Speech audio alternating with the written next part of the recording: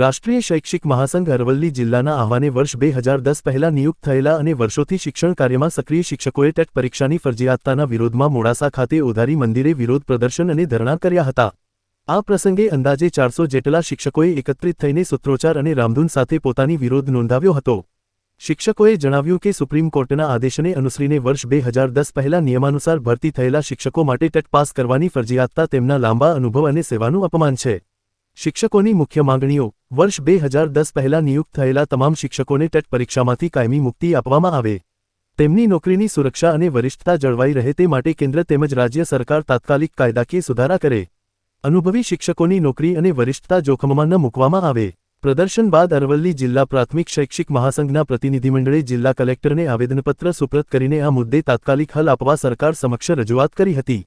રાષ્ટ્રીય શૈક્ષિક મહાસંઘ અરવલ્લીના આગેવાનોએ કહ્યું કે જે શિક્ષકો વર્ષોથી નિષ્ઠાપૂર્વક શિક્ષણ આપી રહ્યા છે તેમને હવે ફરીથી પરીક્ષા પાસ કરવાની શરત લાગુ કરવી અન્યાયી અને અમાનવીય છે। સમગ્ર રાજ્યમાં આ મુદ્દે વ્યાપક અસંતોષ વ્યાપી રહ્યો છે। નમસ્કાર, હું શિલ્પાબેન બાબુભાઈ પરમાર, અખિલ ભારતીય રાષ્ટ્રીય શૈક્ષિક મહાસંઘમાં મહિલા ઉપાધ્યક્ષ। આજે અમે અહીંયા ધરણા કાર્યક્રમ અને આવેદનપત્ર કલેક્ટર સાહેબ શ્રીને આપવા માટે એકત્રિત થયા હતા। તેમાં અમારી માંગ છે કે અમે ટેટ પરીક્ષામાંથી મુક્તિ માંગીએ છીએ, કારણ કે જ્યારે અમારી નિયુક્તિ થઈ હતી ત્યારે અમે જે તે સમયની લાયકાત અને અમારી મેરિટના લિસ્ટના પ્રમાણે જ અમે નિયુક્ત થયેલા છીએ, એટલે આ અમારી સાથે સતત અન્યાય છે। એટલે આ અન્યાયને અમે વખોડી નાખવા માંગીએ છીએ, એટલે અમે આજે આંદોલન કરી રહ્યા છીએ। અને અહીંયા આ આંદોલનના સ્વરૂપે અમે અમારા મહામંત્રી, સંગઠન મંત્રી તેમજ મિનેશભાઈ સમગ્ર આંદોલનમાં એકત્રિત થયેલા માણસ શિક્ષક બંધુ ભગીનીઓને અમે અમારો રજૂઆત કરી છે કે કઈ રીતે આપણે આંદોલનની શરૂઆત કરીશું, આગળ આપણે ધરણા કરવાના છીએ અને એના માટે અમે રામધૂન પણ બોલાવી છે, કાયદાકીય માહિતી પણ આપી છે અને એ રીતે અમે આજે અહીંયા અમારી માંગ રજૂઆત કરીએ છીએ।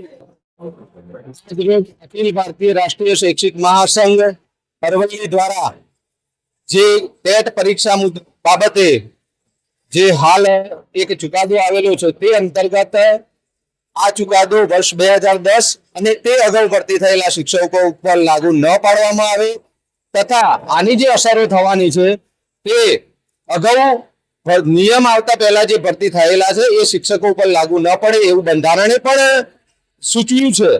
તો આ ચુકાદા અંગે આજ રોજ અમે ભારત દેશના વડાપ્રધાન તથા ભારત દેશના શિક્ષણ પ્રધાન ને એક આવેદનપત્ર આપી રહ્યા છે। આવેદનપત્રની અંદર અમારી મુખ્ય માંગણી છે કે વર્ષ 2010 માં ભરતી થયેલા અને તે પૂર્વે ભરતી થયેલા તમામ શિક્ષકોને ટેટની પરીક્ષામાંથી મુક્તિ આપવામાં આવે, આ શિક્ષકોના પગાર ધોરણ, બઢતી તથા સેવાકીય લાભો છે એ તમામ બાબતે સંરક્ષણ આપવામાં આવે તથા આ અંગે કેન્દ્ર સરકાર દ્વારા લોકસભા તથા રાજ્યસભાની અંદર આરટી એક્ટ જે કેન્દ્રની યુપીએ સરકાર દ્વારા વર્ષ 2009 માં લાવવામાં આવી હતી એની અંદર સંશોધન બિલ લાવવામાં આવે અને જે આ ત્રુટિ છે આ ત્રુટિને સુધારવામાં આવે, જેથી કરીને ગુજરાતના 75,000 શિક્ષકો અને દેશભરના 25 લાખ શિક્ષકોના પરિવારને ન્યાય મળે।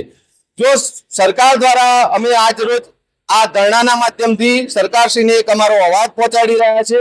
સરકારશ્રી આ અંગે ગંભીરતાપૂર્વક વિચારે, જ્યારે આ દેશનું પ્રતિનિધિત્વ ગુજરાતના લોકલાડીલા વડાપ્રધાન નરેન્દ્રભાઈ કરતા હોય અને જ્યારે ગુજરાતની લાખો લોકોને જ્ઞાન પીરસતા એવા ગુરુની ઉપમા ધરાવતા શિક્ષકોને જ્યારે ધરણા કરવા પડે ત્યારે ખૂબ દુઃખદ બાબત છે।